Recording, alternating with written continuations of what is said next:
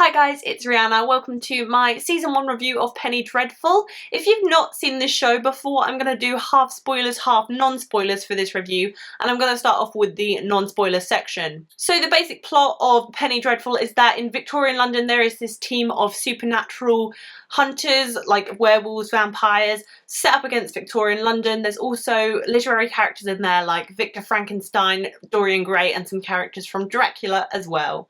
The show is on Showtime and it was also created by John Logan. It stars Eva Green, Josh Harnett, Billie Piper and Timothy Dalton. There's also a really other bunch of talented cast that would take far too long to name. So I started watching this show right when it came out. I got in 2 episodes in when it came out. It was kind of to fill the whole of Game of Thrones, because even though Game of Thrones was running at the same time as Penny Dreadful was, I knew it would span over the time of Game of Thrones, so once Game of Thrones had ended there'd be a couple of episodes left.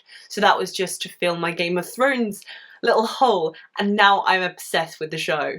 If you didn't see it already, I made a Let's Obsess video, one segment on my channel where I talk about new TV shows I'm into, and if you want to watch that I will leave the link to it here. If you just click on this little box where I leave the video, there is the link to the video. Right off the bat, they introduce the characters pretty well, and over the course of the series there is a lot of character development. Although we don't really know a lot of backgrounds to some of the characters, Victor Frankenstein in particular, and Ethan Chandler, who in the series finale, no spoilers in this section, there was a little bit of character development and a little bit of character detail revealed that will probably be developed on season 2. I think the characters that they go most in depth with is Eva Green's character, Vanessa Ives, and Sir Malcolm, because they are sort of the 2 main supernatural hunters in the team. And there's even a episode dedicated to like the history of Vanessa Ives and the history with her and Sir Malcolm and his daughter Mina that has been captured by these vampires, and they spend like the whole season trying to find her. Literary characters like Dorian Gray and Victor Frankenstein, we already know a little bit about them because they're so famous.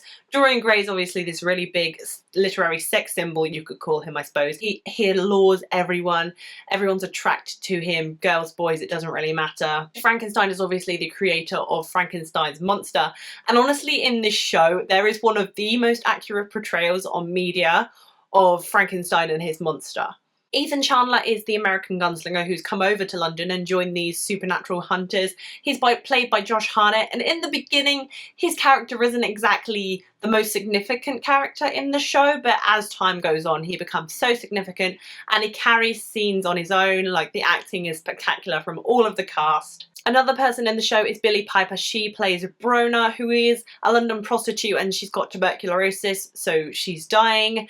And she plays quite a significant role with Victor Frankenstein and his monster. There's no spoilers here, but she plays a significant role there, but you only find that out in the end. Although I think a lot of people who watched the show, including me, could see what was going to happen. As for the writing and the pacing of the show, the show is written so beautifully. The dialogue is just so rich and beautifully spoken by the cast. It's exactly what you would hear in Victorian times, in, I don't know, maybe in Dalton Abbey, those sort of things, period dramas, you could say. You would hear that type of language used, and it's kind of intelligent language, so you do have to pay attention to the show to be able to understand what's happening, but it fits so well with the show.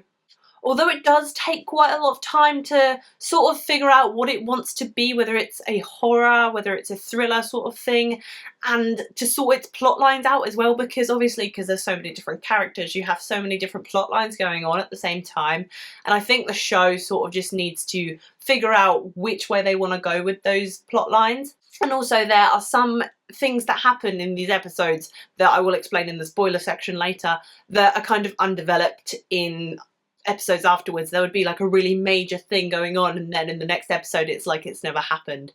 I would actually compare this show to Game of Thrones quite a lot, because there is a lot of dialogue and a lot of one-to-one talking and scheming and stuff like that, like there is in Game of Thrones. But then there's really awesome action scenes.